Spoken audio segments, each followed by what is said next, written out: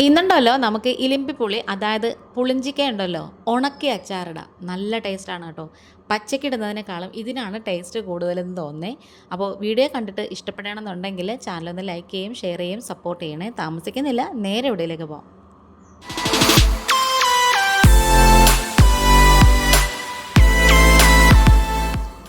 അപ്പോൾ ഞാനിവിടെ കുറേ പുളിഞ്ചിക്ക എടുത്തിട്ടുണ്ട്. അപ്പം ഇതിൻ്റെ ചുവട് ഭാഗവും തലഭാഗവും ഒക്കെ ഒന്ന് കട്ട് ചെയ്ത് മാറ്റണം. അപ്പോൾ അത് വെള്ളത്തിലേക്ക് ഞാൻ ഇട്ടിട്ട് കട്ട് ചെയ്ത് അതിനകത്ത് തന്നെ ഇടുകയാണ്. അപ്പോൾ നമുക്ക് എടുക്കാനും എളുപ്പമുണ്ട്. പെട്ടെന്ന് തന്നെ കട്ട് ചെയ്യുക, എന്നിട്ട് നാലായിട്ട് കീറിയിട്ട് വേറൊരു പ്ലേറ്റിലേക്ക് അങ്ങ് ഇട്ട് കൊടുക്കുക. അങ്ങനെയാണ് നമ്മൾ ചെയ്യുന്നത്. ഇതിൻ്റെ ബാക്കി ഭാഗമായിരുന്നു നമ്മൾ നേരത്തെ വേറൊരു വീഡിയോ ഇട്ടിട്ടുണ്ടായിരുന്നു അച്ചാറിട്ടത്. അത് ഉണക്കിയിട്ടൊന്നുമല്ല. അപ്പോൾ ഇത്രയും വേസ്റ്റ് കിട്ടിയിട്ടുണ്ട്. ഇത് നമുക്കങ്ങ് മാറ്റി വെച്ചേക്കാമേ. ഇനി നമുക്കിതിലേക്ക് കുറച്ച് ഉപ്പ് പൊടി ഒന്ന് വിതറി കൊടുക്കാം. പരലുപ്പ് വേണ്ട, പൊടിയുപ്പ് മതിയേ. എന്നിട്ട് കൈ കൊണ്ട് നന്നായിട്ട് ഇങ്ങനെ തിരുമ്മി അങ്ങ് യോജിപ്പിച്ചെടുത്തിട്ട് ഞാനിതുപോലെ വേറൊരു പ്ലേറ്റിലാണ് വെക്കുന്നത് കേട്ടോ. ഈ ഒരു പ്ലേറ്റ് എന്ന് പറയുന്നത് ഇതേപോലെ പുളിഞ്ചിക്ക ഉണക്കാൻ വെച്ചേക്കുന്നതാണ്. പണ്ടങ്ങാണ്ട് പുളിഞ്ചിക്ക ഉണക്കിയപ്പോഴത്തേക്കും അതിൽ ഫുള്ള് പാട് വീണേ. എങ്കിൽ പിന്നെ അത് ഇങ്ങനെയൊക്കെ ആക്കാൻ വേണ്ടി എടുക്കാമെന്ന് പറഞ്ഞിട്ട് വലിയൊരു പ്ലേറ്റും ആണല്ലോ, അതിന് വേണ്ടിയിട്ട് വെച്ചേക്കുവാണ്. അത് മൊത്തം നമുക്കിതിലേക്ക് അങ്ങ് നിരത്തി കൊടുത്തതിന് ശേഷം നല്ല വെയിലത്ത് കൊണ്ട് വെച്ച് കൊടുക്കണം. നന്നായിട്ടൊക്കെ നിരത്തി കൊടുക്കണം. ഇത് വാടി വരുമ്പം ഇതിൻ്റെ കാൽ ഭാഗമേ കാണത്തുള്ളൂ. അപ്പോൾ നമുക്ക് നേരെ മേളിലേക്ക് പോവാം. ഇപ്പം നല്ല വെയിലുള്ള സമയമാണ്. എന്തെങ്കിലും ഉണക്കാനൊക്കെ ഉണ്ടെങ്കിൽ ഇതുപോലത്തെ വെയിലുള്ള ഈ ഒരു സമയത്ത് തന്നെ ഉണക്കി എടുത്ത് വെക്കണം. മഴക്കാലം വരുന്നതിന് മുമ്പേ നമുക്ക് എടുക്കാൻ വേണ്ടിയിട്ട്. ഇതിപ്പോൾ ഞാൻ കാണിക്കുന്നത് ആദ്യത്തെ ദിവസത്തെ ഉണക്കാണേ. ഇതിപ്പം ചെറുതായിട്ടൊന്ന് വാടി വന്നിട്ടേ ഉള്ളൂ. ഇതിപ്പം ഇത്രത്തോളം ഉണങ്ങിയാൽ പോരാ, കുറച്ചും കൂടെ ഉണങ്ങണം. ഇനിയിപ്പം ഞാൻ അടുത്ത ദിവസം ഉണക്കാനായിട്ട് കൊണ്ടുവയ്ക്കുവാണ്. നല്ല വെയിൽ, നല്ല സൂര്യപ്രകാശം നന്നായിട്ട് ഇങ്ങനെ അടിക്കുന്നുണ്ട്.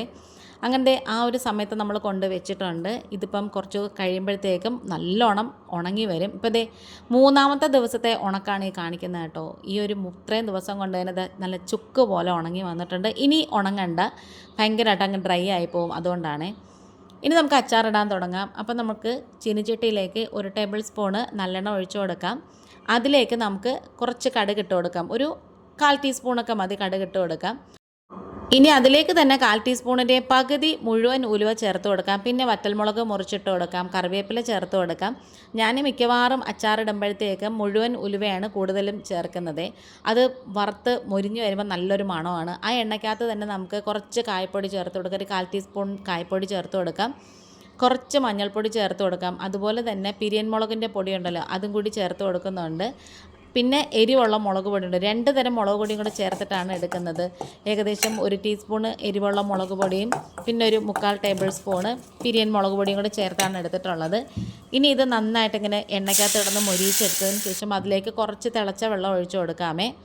ഇനി നന്നായിട്ട് ഇങ്ങനെ ഒന്ന് മൂപ്പിച്ച് മൊരിയിച്ചെടുത്തിട്ട് അതിലേക്കാണ് നമ്മൾ ഉണക്കി വെച്ചിട്ടുള്ള ആ ഒരു അച്ചാറിട്ട് കൊടുക്കേണ്ടത്.